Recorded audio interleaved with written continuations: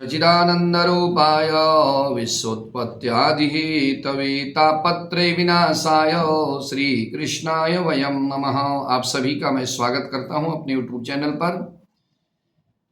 अब मैं आपको कार्तिक मास महात्म के 11वें अध्याय को सुनाने जा रहा हूं। 11वां अध्याय बहुत ही पावन है, बड़ा पवित्र है, पुण्य को देने वाला है। कार्तिक महीने के 11वें अध्याय कथा शून्य मात्र से मनवांछित फल को देने वाली है। उसके उपरांत एक समय जब समुद्र का पुत्र जलंधर अपनी स्त्री वृंदा के सहित असुरों से सम्मानित हुआ सभा में बैठा हुआ था, उसी समय गुरु शुक्राचार्य जी वहां पहुंचे। क्योंकि जो देवताओं के गुरु हैं वो तो हैं बृहस्पति, और जो राक्षसों के गुरु हैं वो हैं शुक्राचार्य जी। असुरों के जो गुरु हैं वो शुक्राचार्य जी हैं।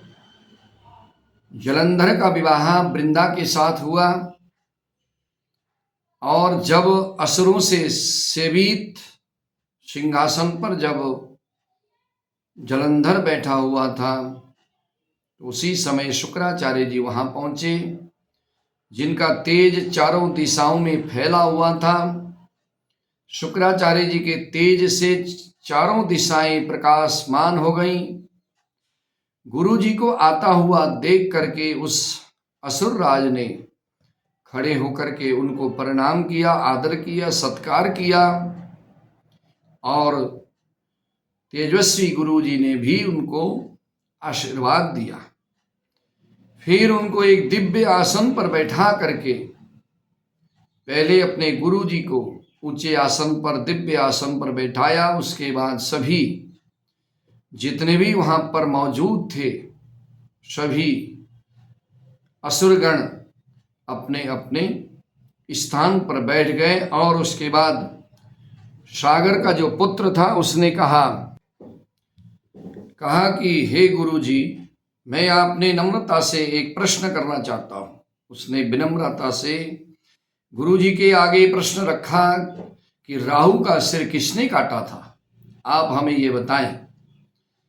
इस पर शुक्राचार्य जी ने विरोचन पुत्र हिरण्यकश्यप और धर्मात्मा पौत्र का परिचय देकर के देवताओं और असुरों के द्वारा समुद्र मंथन की संक्षेप में सब कथा कह करके ये बतलाया कि जब समुद्र से अमृत निकला, जब देवता और दानव मिलकर के समुद्र का मंथन किया, उस समय 14 रत्न निकले, जिसमें से अमृत निकला।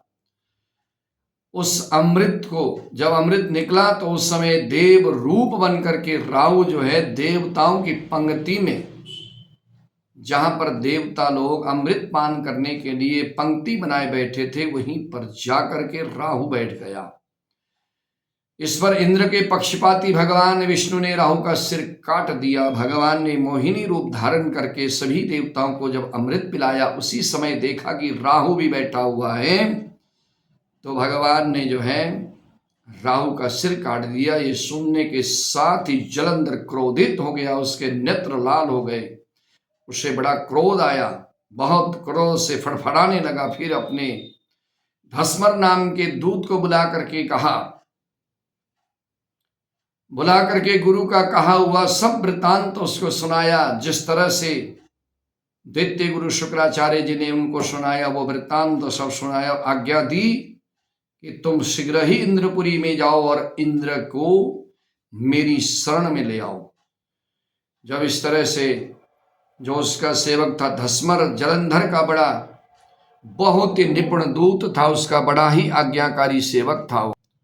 इस तरह से बड़ा ही आज्ञाकारी जो उसका सेवक था जलंधर का धस्मर, बड़ा निपुण था। शीघ्र ही इंद्र की सुधर्मा नाम की सभा में पहुंचा और उसने जलंधर के शब्दों में इंद्र से कहा। जिस तरह से जलंधर ने कहा उसी तरह से उसने इंद्र के सामने बयान किया, हे देवताधम, तुमने समुद्र को क्यों मथा और मेरे पिता के सब रत्नों को क्यों लिया तुमने?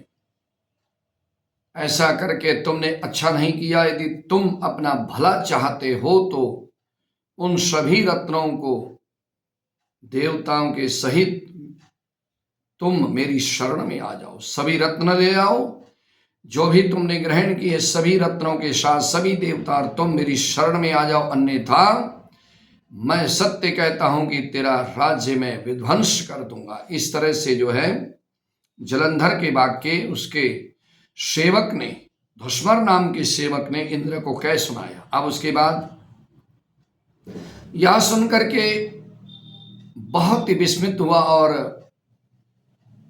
कहने लगा, इंद्र ने जब सुना, कहने लगा कि पहले सागर ने मेरे भय से सभी पर्वतों को अपनी कोख में क्यों स्थान दिया और मेरे शत्रु दैत्यों की क्यों रक्षा की, इसी कारण से मैंने उनके सब रत्न हरण किए हैं। मैं सत्य कहता हूं कि मेरा द्रोही सुखी नहीं रह सकता।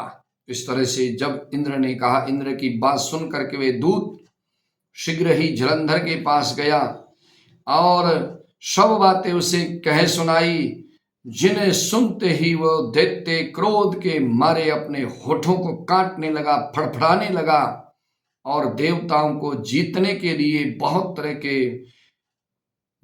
षड्यंत्र रचने लगा।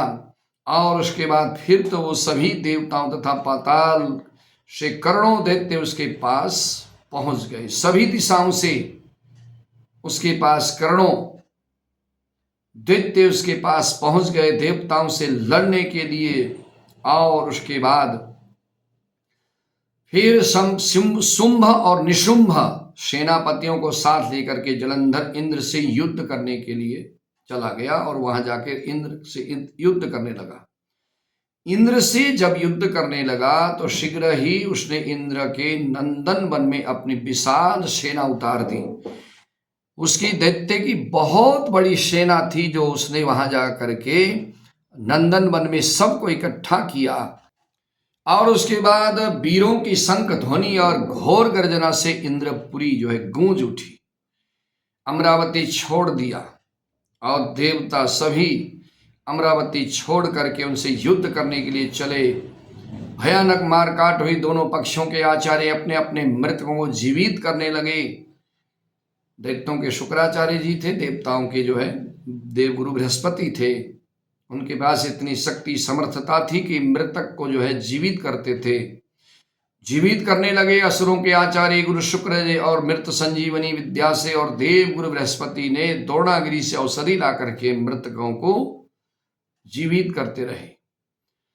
और उसके बाद इंद्र पर जलंधर ने अपने गुरु शुक्राचार्य जी से क्रुद्ध होकर कहा कि मेरे हाथ से मरे हुए देवता कैसे जीवित हैं, जिलाने वाले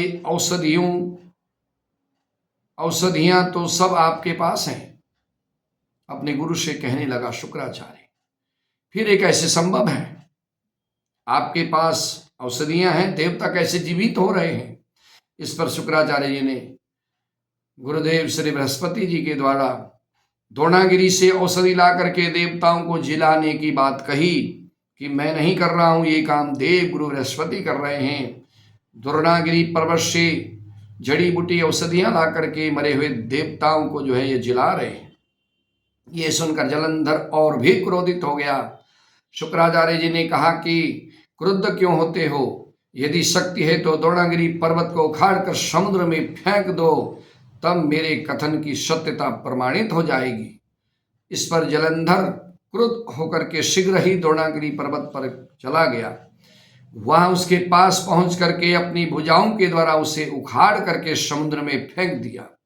यह तो भगवान शंकर का तेज था, इससे जलंधर की कोई विचित्रता नहीं थी। उसके पश्चात सागर पुत्र युद्ध भूमि में आकर के बड़े वेग से देवताओं के साथ लड़ते हुए देवताओं का संहार करने लगा। जब गुरु बृहस्पति औषधि लेने के लिए द्रोणागिरी पर्वत पर पहुंचे तो द्रोणागिरी पर्वत जहां पर था वहां पर सूना मैदान उनको मिला। तब भयभीत होकर के देवताओं के पास आए और कहा कि युद्ध बंद कर दो, तुम लोग अब जलंधर को नहीं जीत सकोगे। पहले इंद्र ने जो भगवान शंकर का अपमान किया था यह उसी का फल है। यह सुनकर के देवता युद्ध की आशा त्याग करके अत्यंत ही व्याकुल होकर के इधर से उधर भटकने और भागने लगे। सिंधुसुत निर्भय होकर के, यानी कि जलंधर निर्भय होकर के अमरावती में प्रविष्ट हो गया इंद्र की नगरी में प्रविष्ट कर गया और इंद्र आदि सभी देवताओं ने वहां से इंद्रपुरी से भाग करके सभी देवताओं ने गुफाओं में जाकर के शरण ली।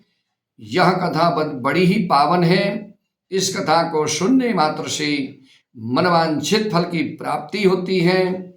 आगे की कथा मैं आपको 12वें अध्याय में सुनाऊंगा। कार्तिक मास की जो कथा है बड़ी पावन कथा है।